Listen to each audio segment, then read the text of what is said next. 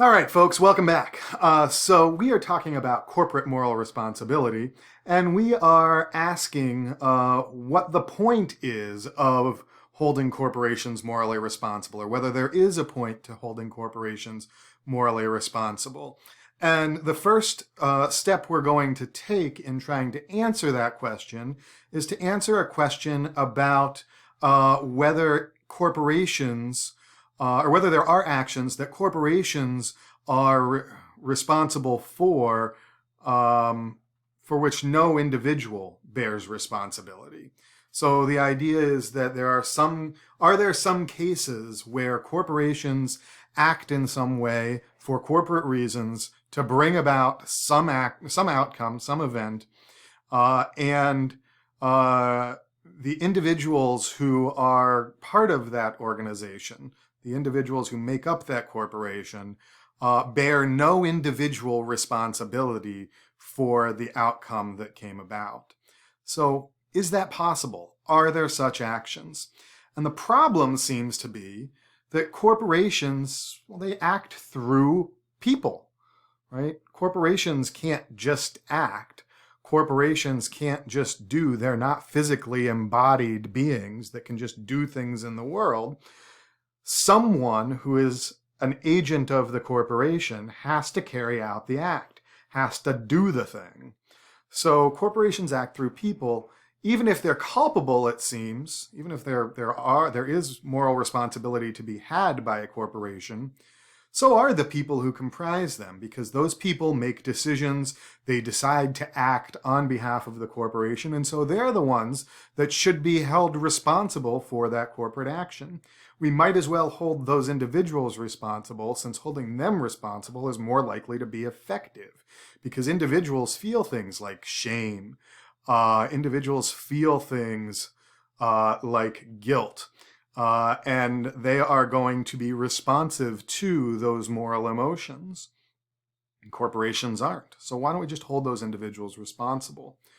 Well, if we can find cases where corporations are responsible, but no individuals who make up those corporations bear responsibility, then we'll want to be able to say that corporations ought to be held morally responsible, even if no individual bears full responsibility, and it would be wrong to hold particular individuals morally responsible. So those are the sorts of cases we're looking at. Are there actions of corporations for which no individual bears responsibility? And Phillips gives us an example of the electric utility company case.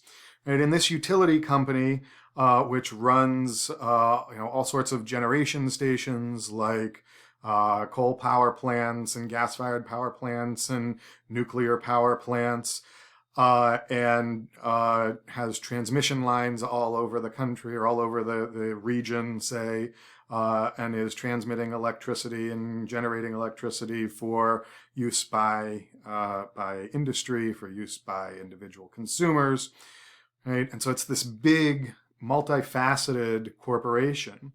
And knowledge is distributed across individuals and functional groups in that organization. So the engineers who work at different plants might know different things. The engineers who work at a plant might know something different than the accountants, and might know something different than the safety specialists back at headquarters. Knowledge is distributed in different groups on basically a need-to-know basis, right? No one person can be responsible for or can be taken to be in a position to know everything that's going on in that corporation. Different functional groups need to know different things. And if that happens, perhaps it's possible that the left hand acts without the right hand knowing. Right? Perhaps it's possible that if everyone in the corporation, or if someone in the corporation knew everything that the corporation as a whole knew, they could have prevented some bad thing from happening. Say they could have prevented a meltdown at one of their nuclear power plants. But because none of them held all of that information, none of them could have been expected to foresee that this outcome was probable or even possible. Right? No one could have been expected to predict that this power plant was going to melt down because no one individual had enough information to make that prediction. So the idea is that if gathered in the mind of one single person, all of this knowledge that is distributed across the corporation would lead to an appropriate decision. Or if that individual failed to act appropriately, it would be right to blame that individual. But the knowledge is distributed. No individual has it. So it's not right to blame any particular individual for failing to have that knowledge. But it is right, perhaps, to blame the corporation, because the corporation as an entity has all of that knowledge. Right? The corporation as an entity knew what it needed to know in order to make that prediction about the power plant melting down. The idea here, the idea that we're talking about, is the idea of composite mens rea. Mens rea is the intention or knowledge of wrongdoing that comes along with the wrong act or the actual conduct. Right? So it's the guilty mind or the mental component of a crime, and it's distinguished from the actus reus, the criminal act or conduct itself. So if we think of something like stabbing, right, the actual physical act of stabbing a person is the actus reus. The intention behind doing so, the reason for acting, is the mens rea. Right? So the corporation has, according to Phillips, composite mens rea. The idea is that the corporation is to be treated as having a collective knowledge of all of its employees, this knowledge that is distributed across the entire corporation, across different functional groups, is the knowledge of the corporation. It's something that the corporation as a whole has access to. So is this plausible? Is the idea of composite mens rea a plausible idea? Well, we might ask, why should the corporation be held responsible for knowing something that no single individual in the corporation knows? Why should they be held responsible for knowing something if it's not the case that any single individual should know all of this?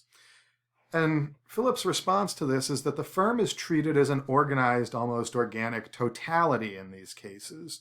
The point of the firm is to incorporate the knowledge and skills of varied individuals. The processes and procedures of the firm are in place to do just that, right? A well-functioning firm is one that does leverage the distributed knowledge and skills of varied individuals to accomplish tasks that none of them could accomplish on their own. That's the very point of having a corporation. It's to be able to come together to accomplish tasks that none of these individuals would be capable of accomplishing on their own. So it has to be able to incorporate the knowledge and skills of all of these various peoples. So it's responsible for doing so, right? It ought to be held responsible for doing so. And if the knowledge and skills necessary for predicting the meltdown of the power plant were distributed across the electric utility company, the utility company ought to be structured in such a way, they ought to have in place processes and procedures that would bring that knowledge together into one place, that would bring all of the knowledge and distributed knowledge and skills together into one place so that it could act. That's what corporations do, right? That's what we need them to do. All right, so how might it happen that no one is in a position to know all that one would need to know to be culpable?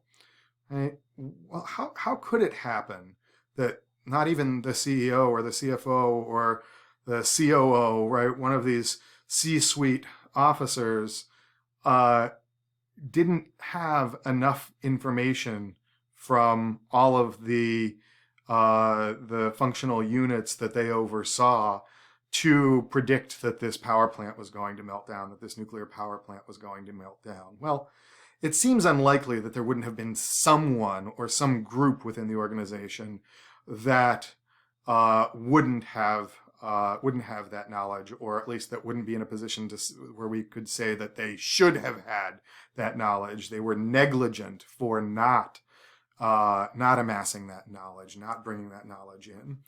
And in most examples, someone is in such a position to know but fails to act, right? Someone is negligent or reckless. But there are possibly cases where no particular individual or individual unit within an organization can be held responsible in that way. And this happens, Phillips says, when we face what he calls defective organizational design. Defective organizational design could give rise to these sorts of cases where no individual is in a position where we could say of that individual that they ought to have known what they needed to know or would have needed to know in order to make this prediction that this bad event was going to happen. The organization is designed in such a way that the information that they would have needed is just siloed off from them, right? It's some of it's here, some of it's here, some of it's here, and none of it, or not all of it, is accessible to them. So we see this, he thinks, when we see, for example, failure to clearly delineate responsibilities or duties. When we see that a corporation kind of flies by the seat of its pants, or a unit within a corporation kind of flies by the seat of its pants, and it's not clear who's supposed to be doing what. And most of the time it works out that the jobs get done because somebody picks up the slack, or because they fall into a tradition of acting in particular ways. But when those responsibilities aren't clearly delineated, if there's a unit that's been together for years and they kind of simply know how to get things done, and then one of them leaves and is replaced with somebody new, and there's no handbook to hand that person that clearly delineates what their duties or responsibilities are, then they're going to drop the ball, right? They're going to fumble. They're not going to know when they're supposed to act.